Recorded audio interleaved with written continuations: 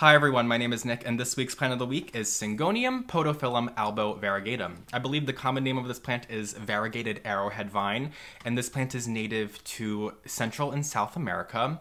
And podophyllum, I'm not quite sure what that means or where this plant gets its name from, because podo, the prefix podo in Latin means feet or foot, and phylum or phylum, like kingdom, phylum, class, it's just a group, so it's like feet group. I don't really understand, but there is another genus of plants referred to as podophyllums, and those are commonly referred to as May apples, and those leaves have a lot of like wings or like more sections to the leaves than these have, and actually as these get mature they get all of these sections. So mature Syngonium podophyllum would have some nice wings similar to a May apple. So maybe I'm just grasping at straws, but I think that's maybe where it gets its name from. But let me know in the comments if you know. Enough jib jab. This is a really fun plant to grow. I would almost argue that this is the most popular Syngonium on the market as of right now.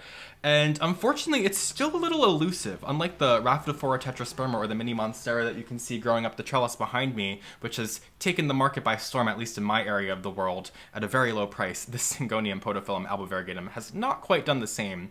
I wouldn't be surprised if that happens in the near future, but currently this plant is still a little bit elusive and does carry a little bit of a price tag given its size. It's not a astronomical price tag like a variegated monstera, say, but it still does cost a little bit more than we would like it to, I guess would be the way to put it. But this is a really low maintenance plant. The care for this variegated Syngonium podophyllum is pretty much identical to the care of the regular Syngonium podophyllum, given that with these variegated leaves, which are absolutely beautiful, might I add, this plant could use a little bit more added light. So I wouldn't necessarily fry it in a window. These leaves are very thin, so I could see these being very susceptible to burning. But I grow mine right off of a southern facing window, which is a lot of light for my hemisphere, and I do have it kind of hidden beneath a few of the other plants in the area, so it does kind of keep this plant a little bit more shaded and keep it from burning. However, you will see there's a little bit of browning on this one leaf right here, so I'm actually not too sure if that's from burning or maybe from lack of humidity. But it's also in a white area of the leaf, as you can see, so it could just be maybe it was getting a little tired because it just can't photosynthesize as well because there's just no chlorophyll in this area of the leaf with the white. So that is beyond me, but I have a few hunches of what could be going on. In terms of watering, I don't water this plant that often compared to some of my other aroids.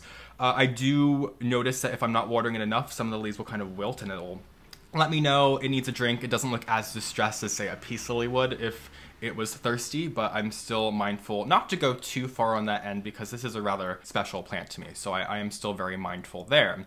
But I'm probably watering it, if I had to give you a rough day amount, I'm probably watering it roughly every 7 to 10 days. And if I was watering this plant too much, I would definitely find, and I have seen in the past, that the lower leaves will turn yellow and fall off as it's trying to just get rid of some of that excess water that the plant just can't hang on to.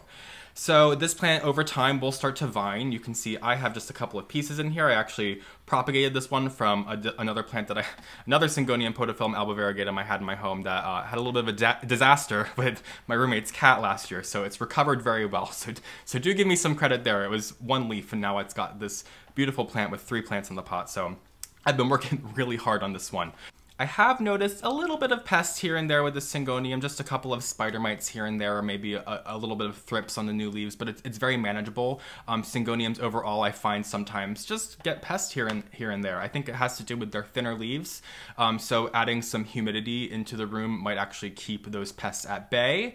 I would really assume that would help because spider mites and thrips really like thin leaves, and this is a very thin-leaved plant, so I could see that very much being the case. A really fun plant to grow. If you can get your hands on this, I highly recommend picking this up, specifically if you find it at a decent price, because this plant is few and far between these days. At the time of me filming this at the beginning of 2020, it could take the market by storm in just a couple of months from the way that some of these other plants have taken the market by storm, so I wouldn't be surprised there. But for now, a fun, kind of elusive plant, if you will, that is a really fun one to grow. So thank you guys so much for joining me for this week's plant of the week, Syngonium podophyllum Albo Variegatum. I would love to hear your care tips as well if you're growing this plant in your home. But as always, thank you guys so much for watching. If you don't already, follow me on Instagram at PhillyFoliage, subscribe to my channel, and I will see you guys in my next video. Have a great day!